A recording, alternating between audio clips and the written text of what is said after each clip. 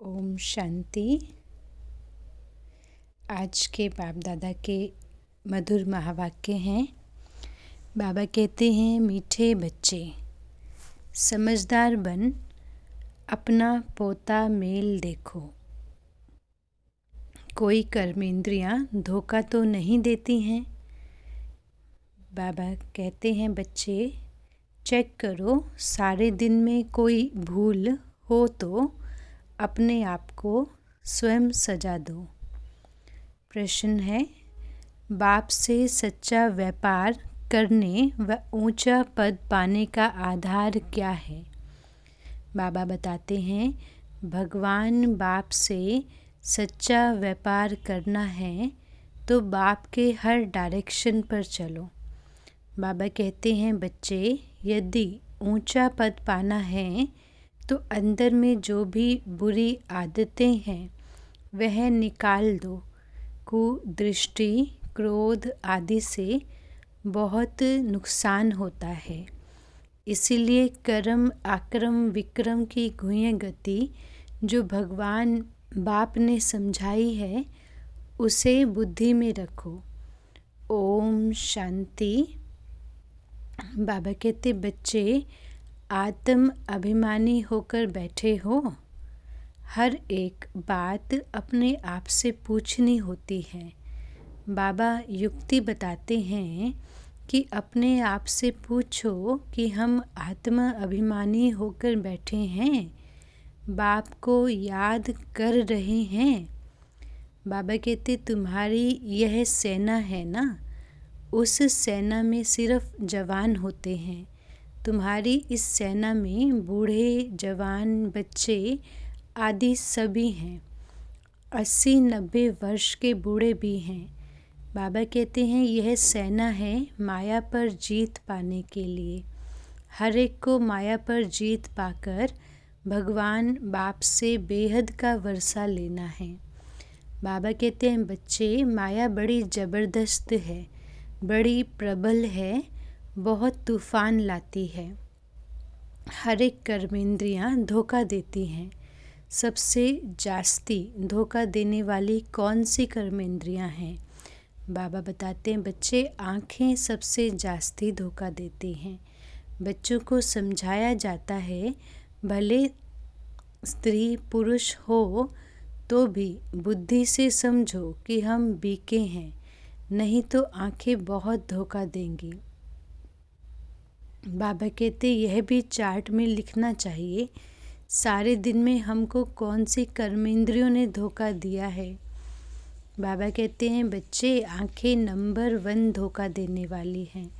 आँखें नुकसान बहुत करती हैं। सूरदास का मिसाल देखा, मुझे आँखें धोखा देती हैं तो आँखें ही निकाल दी। भले बच्चे सर्विस तो बहुत अच्छी करते हैं, परंतु बाबा कहते हैं माया भी कम नहीं है। आँखें बहुत धोखा देती हैं और एकदम पद भ्रष्ट कर देती हैं। समझो, सियाने बच्चे जो होंगे वो सारा दिन नोट करेंगे, हमने कोई भूल तो नहीं करी है। भक्ति मार्ग में भी अपने को चमाट मारते हैं कि याद रहे कि फिर यह काम कभी नहीं करेंगे। वैसे ही इसमें भी जांच रखो। अगर आंखें कहीं धोखा दें तो अपने को सजा दो। किनारा कर चले जाना चाहिए, खड़ा होकर देखना नहीं चाहिए। सन्यासी लोग तो बहुत करके आंखें बंद करके बैठते हैं, स्त्री को देखते ही नहीं हैं। वहाँ पुरुषों को आगे और स्त्रियों को पिछाड़ी में बिठाते हैं। यहाँ भी तुम बच्चों को मेहनत करनी है, विश्व का राज्य पाना है, कोई मासी का घर नहीं है। बाबा कहते हैं, बच्चे अभी तुम बच्चे हो संगम युग पर। बाबा कहते हैं, संगम के साथ साथ पुरुषोत्तम अक्षर ज़रूर लिखो, जो किसको भी समझाने में सहज हो। पुरुषोत्तम संगम युग, जबकि तुम मनुष्य से देवता बनते हो। गायन है ना, मनुष्य से देवता करे, करत न लागी वार। कौन से मनुष्यों को देवता किया? कलयुगी मनुष्यों को। देवताएं तो रहते ही हैं सतयुग में, तो कलयुगी मनुष्यों को देवता, नरक वासियों को स्वर्गवासी बनाने के लिए ही भगवान बाप आते हैं ना। यह भी अभी तुम जानते हो। मनुष्य तो घोर अंधियारे में पड़े हैं। बहुत हैं जो कभी स्वर्ग को देख भी नहीं सकेंगे। भगवान बाप कहते हैं, बच्चे, तुम्हारा ये देवी देवता धर्म सुख देने वाला है। भले गाते भी हैं हेवनली गॉड फादर, परंतु उसने हेवन की स्थापना की यह नहीं जानते हैं। और धर्म वाले कहते हैं हेवनली गॉड फादर, परंतु उनको ये मालूम नहीं है कि हेवन में हमारा तो पार्ट नहीं है। क्रिश्चियन लोग खुद कहते हैं पैराडाइज था। इन देवी देवताओं को गॉड गॉडेस भी कहते हैं, परंतु यह नहीं समझते तो ज़रूर गॉड ने उन्हों को गॉड गॉडेस बनाया होगा। तुमको बाप अभी ऐसा बना रहे हैं तो तुमको मेहनत भी करनी चाहिए। अपने से रोज़ पूछो, मुझे कौन सी कर्मेंद्रियां धोखा देती हैं। ज़बान भी कम नहीं है। अच्छी चीज़ देखेंगे तो दिल होगी कि यह खा लूँ। आगे तो तुम बच्चों की कचहरी होती थी। भूल बताते थे ना, शिव बाबा के यज्ञ से कोई चीज़ चोरी करना बड़ा खराब है, परंतु माया नाक से बहुतों को पकड़ती है ना। तो बाप कहते हैं, बच्चे, बुरी आदतें जो भी हैं वह निकालनी चाहिए, नहीं तो ऊंचा पद पा नहीं सकेंगे। भले स्वर्ग में तो आ जाएंगे, परंतु कहाँ पे राजा और कहाँ प्रजा। प्रजा में भी फिर नंबरवार गरीब और साहूकार होते हैं। तो कर्मेंद्रियों की बहुत संभाल रखनी चाहिए, पोता मेल रखना चाहिए। यह भी व्यापार है ना, कोई बिरला ही यह व्यापार करे।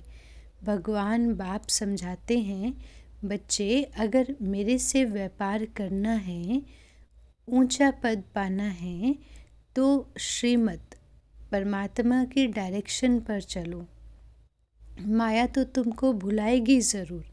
अगर बाप की मत पर नहीं चलेंगे तो पिछाड़ी में सब कुछ साक्षात्कार होंगे, फिर तुम बहुत पछताएंगे।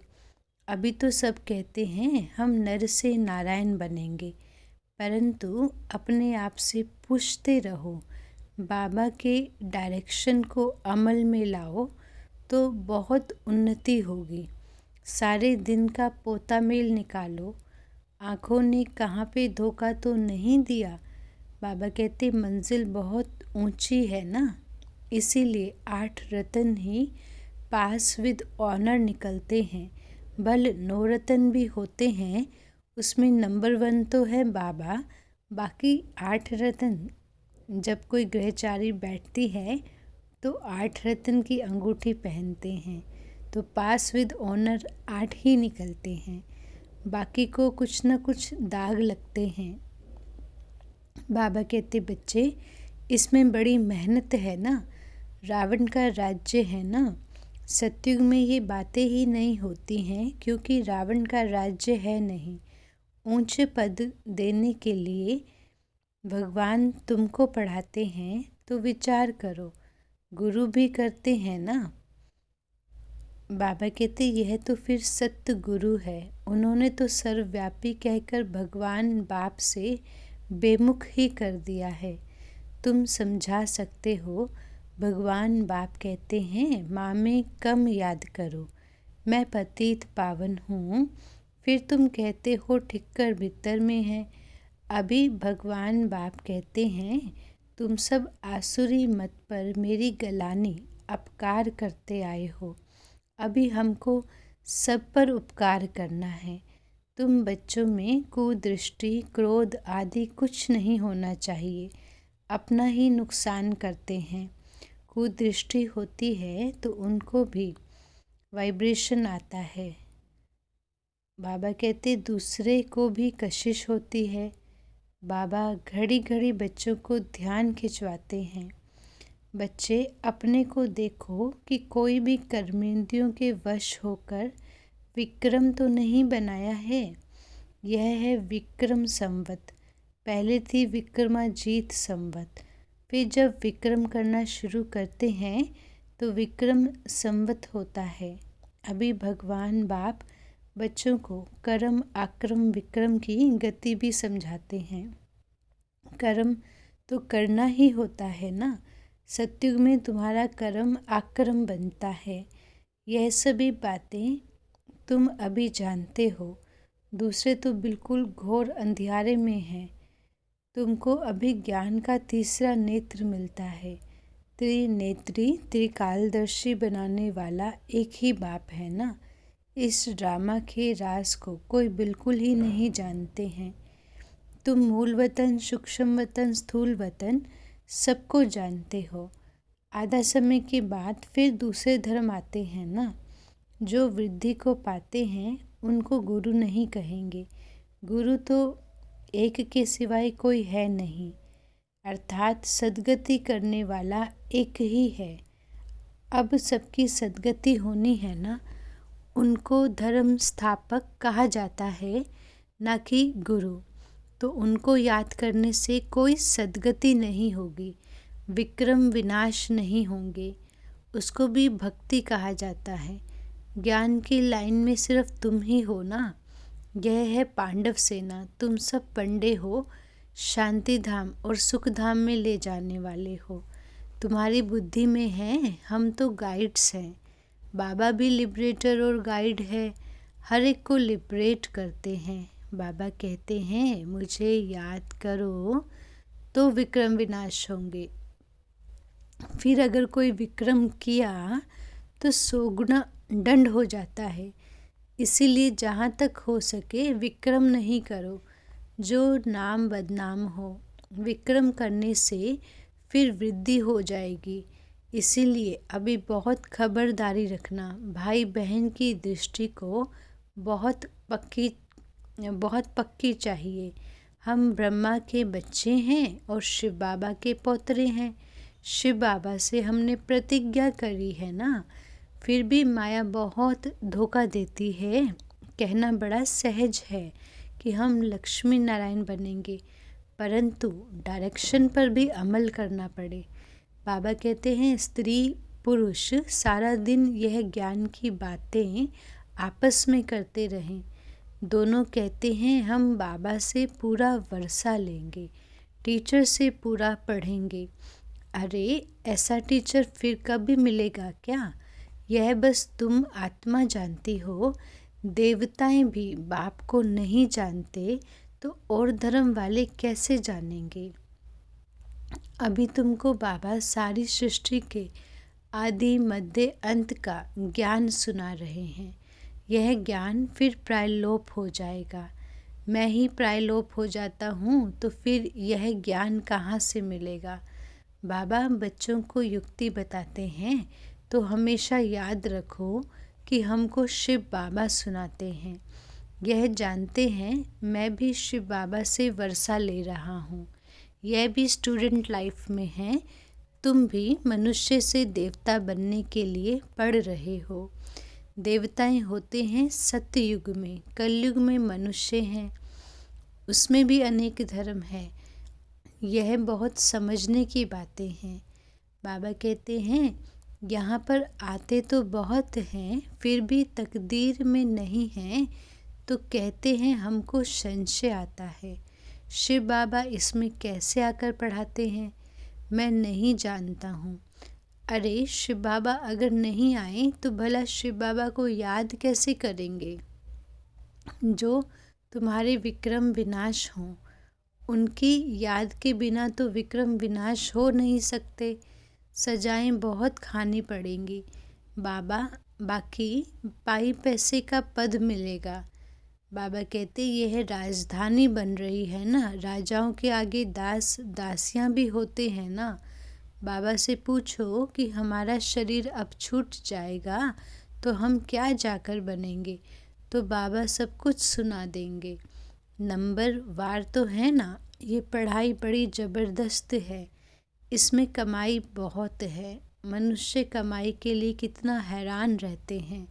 रात दिन बुद्धि उसमें ही लगी रहती है, सट्टा लगाते रहते हैं। तुम्हारे पास भी बड़े व्यापारी लोग आते हैं, कहते हैं क्या करें फुर्सत नहीं है।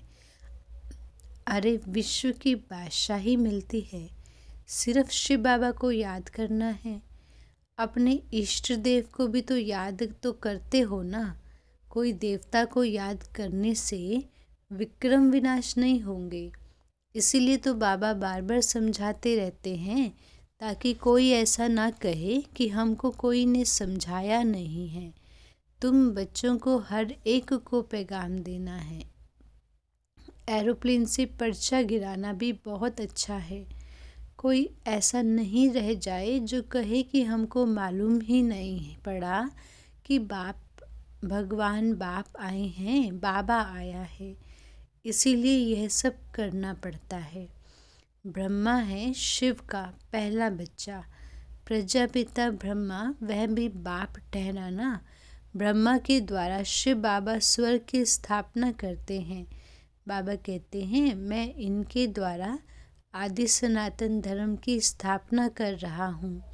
होवनहार विनाश के बाद विश्व में सुख शांति पवित्रता होगी ना। कल्प कल्प ऐसा स्वर्ग की स्थापना होती है। सदैव बाबा बाबा कहते रहो। बाबा कहने से ही आँखों से प्रेम के आंसू आ जाएं। बाबा आपसे कब मिलेंगे? परंतु जो सम्मुख बैठे हैं वह मानते नहीं हैं और नहीं देखने वाले तड़फते हैं। वंडर है, लिखते हैं बंधन से छुड़ाओ। कोई कोई तो बाबा के बनकर फिर माया के भी बन जाते हैं। फिर पिछाड़ी में याद आएगा। मरने समय सबको कहते हैं ना, राम राम कहो, फिर अंत में कशिश होगी। समझेंगे कि बाबा की याद से हम विक्रम तो विनाश करें।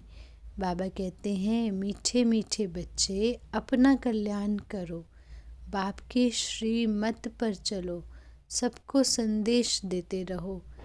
एरोप्लेन से कोई कोई को पर्चा मिला तो वह जग गए। सारे विश्व में खास भारत में सुख शांति तो स्थापन होनी ही है। अच्छा, मीठे मीठे सिकलदे बच्चों प्रति माता पिता बाप दादा का याद प्यार और गुड मॉर्निंग। रूहानी बाप की रूहानी बच्चों को नमस्ते। हम रूहानी बच्चों की मीठे रूहानी बाबा को नमस्ते बाबा, शुक्रिया बाबा। धारणा के लिए मुख्य सार है, भाई बहन व भाई भाई की दृष्टि को पक्का करना है। बाबा कहते हैं, बहुत खबरदार रहना है।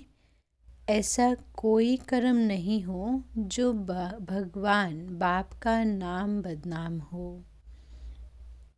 दूसरा पॉइंट है, बाप में कभी भी संशय नहीं लाना है। प्रेम से बाप को याद करना है। रात दिन पढ़ाई पर ध्यान देकर कमाई जमा करनी है। वरदान है, सदा विजय की स्मृति से हर्षित रहने और सर्व को खुशी दिलाने वाले आकर्षण मूर्त भव। बाबा बताते हैं कि हम कल्प कल्प की विजयी आत्मा हैं। विजय का तिलक मस्तक पर सदा चमकता रहे तो यह विजय का तिलक औरों को भी खुशी दिलाएगा, क्योंकि विजयी आत्मा का चेहरा सदा ही हर्षित रहता है। हर्षित चेहरे को देखकर खुशी के पीछे स्वतः ही सब आकर्षित होते हैं। जब अंत में किसी के पास सुनने का समय ही नहीं होगा, तब आपका आकर्षण मूर्त हर्षित चेहरा ही अनेक आत्माओं की सेवा करेगा। स्लोगन है, अव्यक्त स्थिति की लाइट चारों ओर फैलानी है, लाइट हाउस बनना है। ओम शांति।